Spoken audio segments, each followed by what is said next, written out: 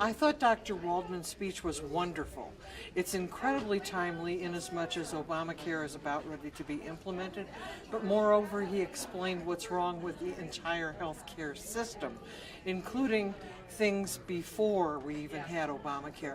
And that's what I liked. And I liked his discussion about concierge medicine too, and I wish we could have that.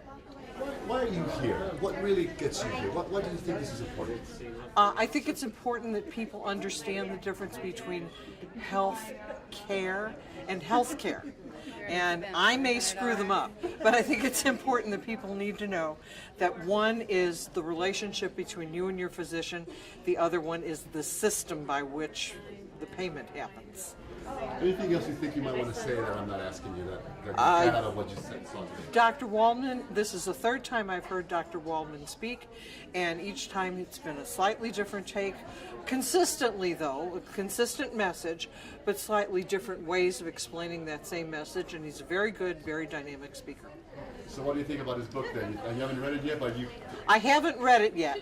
But when my husband saw the list of who was going to be here at the FRW convention, he said, Dr. Waldman, we haven't bought his book yet. You're going to have to get that book. So I did. I think it was very well directed at the problems we're seeing. I think I feel like a victim of Obamacare, as everyone else in the country should. I feel like there's tyranny going on in our country. Something's being done to us rather than for us. And I think this physician is right on the money, explaining in very simple terms why it's destructive for the country and the individual. My husband's retiring soon, and we have to make a choice about health care. And it's a frightening thing, even though I've been in the healthcare business for 40 years.